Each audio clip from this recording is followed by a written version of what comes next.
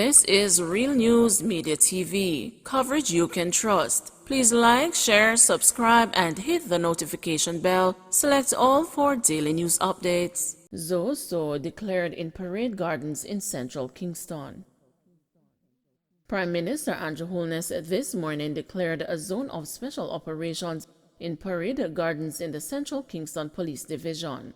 The boundaries are as follows. North, beginning at the intersection of East Street and East Queen Street. The boundary extends in an easterly direction along East Queens Street and the intersection of North-South Camp Road. East, the boundary then extends southerly along North-South Camp Road at the intersection with Harbour Street. South, continuing from the intersection with Harbour Street, the boundary extends westerly along Harbour Street to the intersection of East Queens Street. West, the boundary then extends in a northerly direction along East Street and terminates at the intersection with East Queen Street. A heavy police and military presence is now in the area as the zone is expected to be in operation for 60 days. The announcement was made a short while ago via a special digital press briefing and follows the recent flare-up of violence in the central Kingston area, describing the Zozo as a legislative tool designed to intervene in circumstances where communities have been captured by criminal elements. The Prime Minister said the zones established so far have worked. We initially designed the plan to target the top 20 communities that were plagued with crime and violence in an increasing way, particularly with murders, shooting, and gang-related activities. We now have 5 Zozos implemented and generally they have been successful, Holness said. Nothing is perfect, we will admit, and we do have concerns regarding the operations of one particular Zozo, which we intend to review in the future, he continued. The recent spate of killings in central Kingston claimed the life of 10-year-old Jezariel Tyrrell, a student of Fleet Street, Kingston, who was shot by unknown assailants at her home on December 30.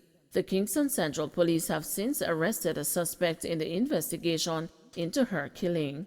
9 others have been listed as persons of interest who they believe can assist with their investigations into various incidents in the division. The men are being asked to make contact with detectives at the Central Police Station. Individuals who believe they may be able to assist detectives to locate or make contact with these men are also being asked to call the Central Police Station at 876-922-5076, Police 119 emergency number, or the nearest police station.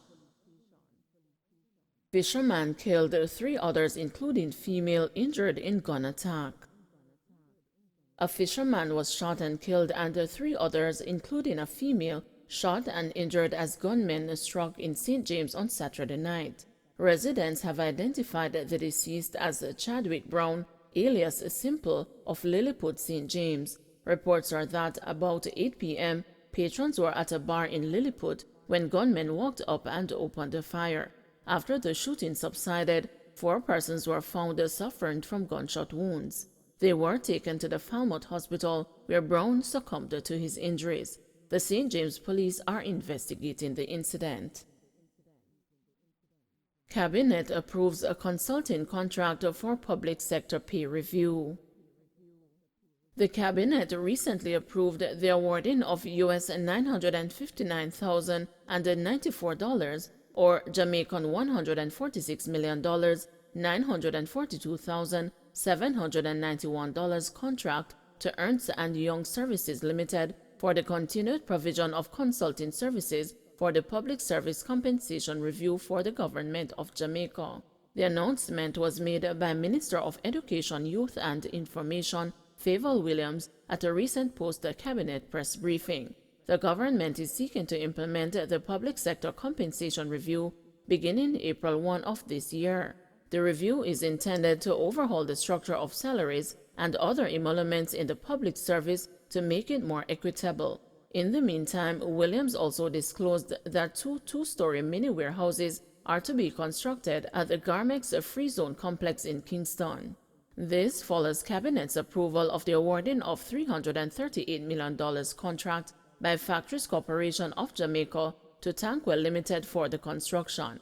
In addition, Cabinet approved the awarding of $72.72 million contract to PricewaterhouseCoopers for the provision of external auditing services for the Urban Development Corporation and its subsidiaries for a period of 3 years ending March 31, 2023.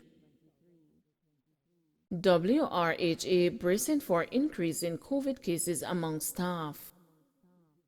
The Western Regional Health Authority is bracing for a surge in COVID-19 cases among its healthcare staff.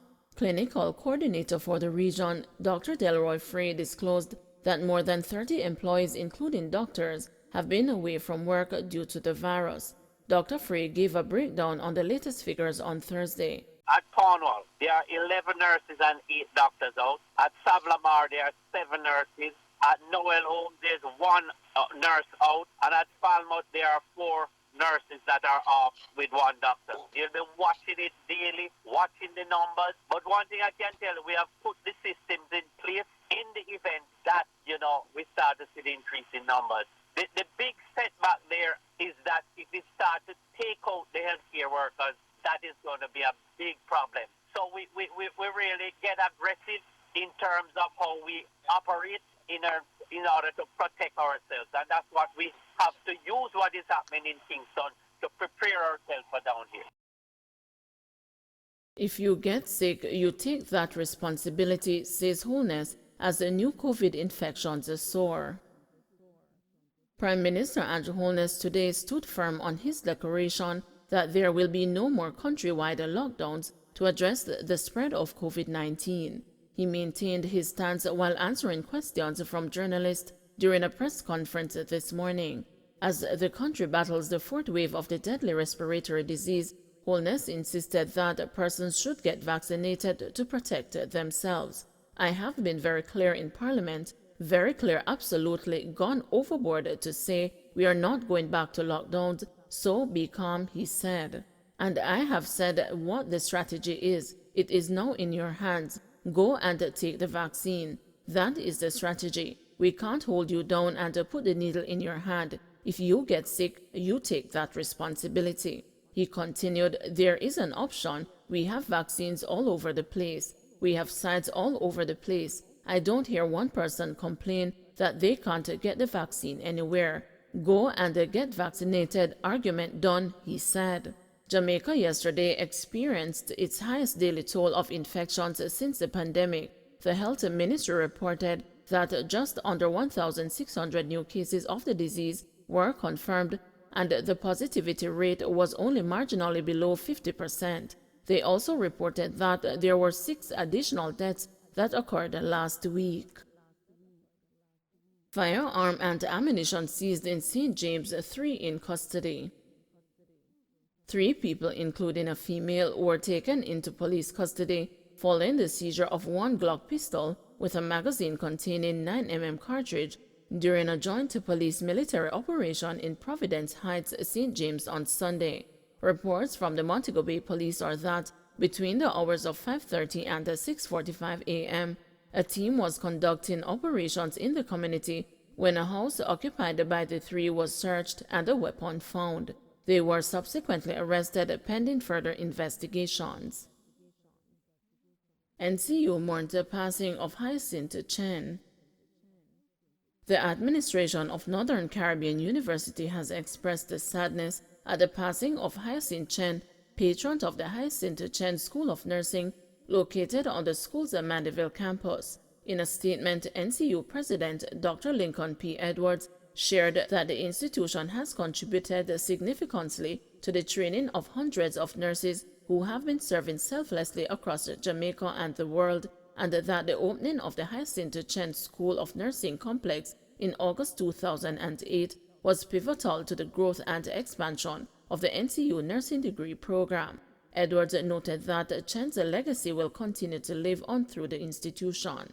The facility has been of tremendous value to the university as it has expanded opportunities for training nurses. Through the nursing school complex, NCU has contributed significantly to the training of hundreds of nurses who have been serving selflessly across Jamaica and the world, contributing to the legacy of Mrs. Chen, who initially had an interest in pursuing the nursing profession, it read, "We expressed the sincerest condolences to Mrs. Chen's family as they mourn the passing of their matriarch and wish for them God's comfort and peace during their bereavement," it continued.